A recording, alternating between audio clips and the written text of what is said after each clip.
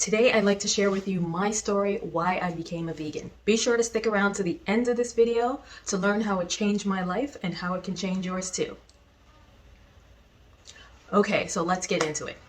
Let me start by saying I did not become a vegan to spare the animals of cruel, inhumane treatment or save the environment. Those are honorable and great qualities, and I'm all for it now, but I do like meat and dairy. However, I became a vegan out of necessity. So when the pandemic first started and everyone was in quarantine in their homes in April of 2020, I started experiencing soreness in my throat. I didn't know what it was, where it was coming from, or why it was happening. And at that time, my first thought was, does this have anything to do with COVID? Because I don't get sick. I literally haven't gotten sick in years. No common cold, nothing. So the sore throat thing was getting worse, and every time I would eat, my whole throat would be burning. My chest would tighten up from heartburn. There was this odd feeling like something was in the back of my throat. I was not feeling that. I couldn't believe what was happening. It was interrupting my sleep. I was pissed. I wasn't scared, I was just annoyed. So I started doing research online and researching all of my symptoms and reading all of the articles online, because during this time no one could go to the doctor's office or the hospital unless they had COVID. I wasn't trying to step in there anyway, but I'm just saying. So long story short, over the course of about 7 days, I realized I had acid reflux disease. That doesn't sound so bad, but when it becomes chronic, it turns into GERD, which can lead to serious problems, even cancer, because it burns the lining of your esophagus and stomach. Now I was even further confused because I ate healthy, worked out regularly, took supplements, flushed my system every day by drinking a half a gallon of water, so I thought I was all good. Let me explain what's exactly happening in your body when you have acid reflux. Acid reflux happens because a valve at the end of your esophagus, the lower esophageal sphincter, doesn't close properly. Acid backwash floods back up your esophagus into your throat and mouth, giving a sour taste. Acid reflux happens to nearly everyone at some point in life. Having acid reflux and heartburn now and then is totally normal. But if you have acid reflux and heartburn more than twice a week over a period of several weeks, it could develop into GERD. For me, after doing a test on myself from the Heartburn No More program, I realized I didn't have enough acid in my stomach for my food to digest properly, causing a chain effect, causing chronic acid reflux, leading to GERD. There are several common causes for acid reflux: hiatal hernia, obesity, smoking, alcohol, chocolate, coffee, tea, carbonated drinks, fried foods, and even tight clothes. So for me, none of those common causes resonated with me, so I kept digging and looking for information. I learned that there are some uncommon things that also cause acid reflux, like consistently not chewing your food properly and consistently eating the same thing over and over again. Now that was totally me. According to medical professionals, you should chew your food 15 to 20 times, making it into a mush before you swallow it. I had always chewed my food about half of that amount. Just because I was always busy, I would sit at work at lunchtime at my desk and eat my food and just try to get the food down. I don't recommend this, but during my show prep time, I would go 3 months and literally eat the same thing over and over and over again, consistently for the 3 months. Then I would repeat that pattern twice a year for years, every time I competed. Sounds crazy, right? So again, this was at the beginning of the pandemic where no one knew what was going on.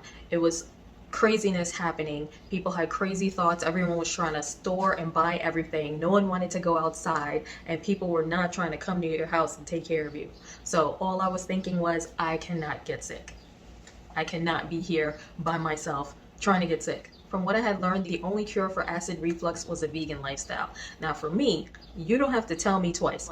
I'm not one of those people that try to tap dance around different choices and trying to do other things or do everything else but find the solution. Nope. I'm not for the temporary fixes. Give me the cure. I learned about the other options like over-the-counter lozenges and medications, but those only cause the situation to get worse in the long run because those things cause other things, which cause another thing. So I found this wonderful program called No More Heartburn by Jeff Martin, where you test yourself and the program guides you step by step on what you should be doing while your body is recovering and healing. Things like sleeping on your left side, sleeping with your upper body elevated, not eating 3 hours before bed, wearing loose clothes, removing certain foods from your diet, and ultimately moving towards a vegan lifestyle.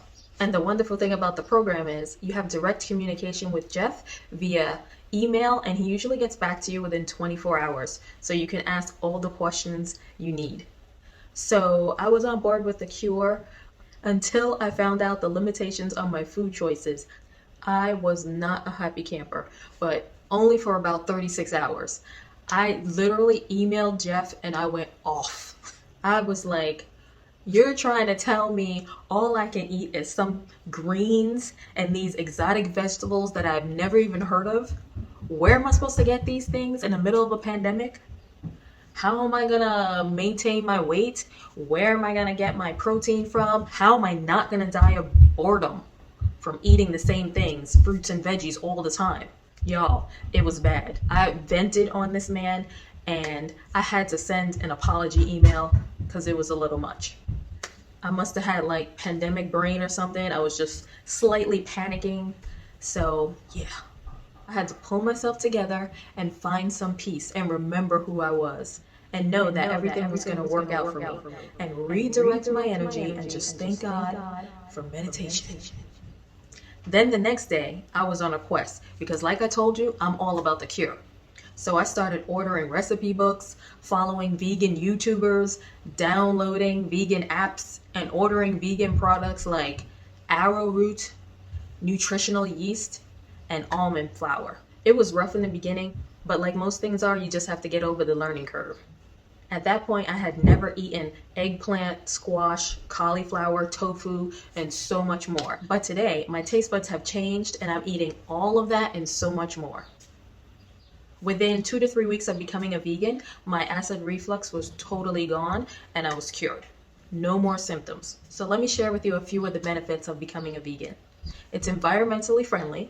Over 50% of annual worldwide greenhouse gas emissions are caused by animal agriculture. You avoid consuming harmful hormones and antibiotics. You lower your risk of cancer, lower inflammation. You're eating rich essential nutrients, rich antioxidants that protect your body. You have much better cardiovascular health, like lower cholesterol and blood pressure levels. And your gut health is better. Your digestive system runs smoother. So there's really a variety in the vegan lifestyle. You just have to take time to learn about it, and it's going to take some effort, but it's well worth it. So for anyone who's considering a vegan lifestyle, with anything, it takes some time to adjust to, but it's well worth it. So as usual, for more information on how to bring your waistline down and be the best version of yourself, click the Fit and Fabulous link in the description box. And if you need help with your acid reflux or heartburn, check out the link in the description box.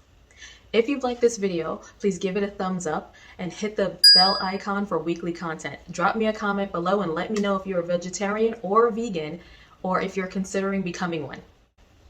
Be sure to watch my next video on the one and only time I got high. Full-grown adults, don't try this at home. It's pretty hilarious. Until next time.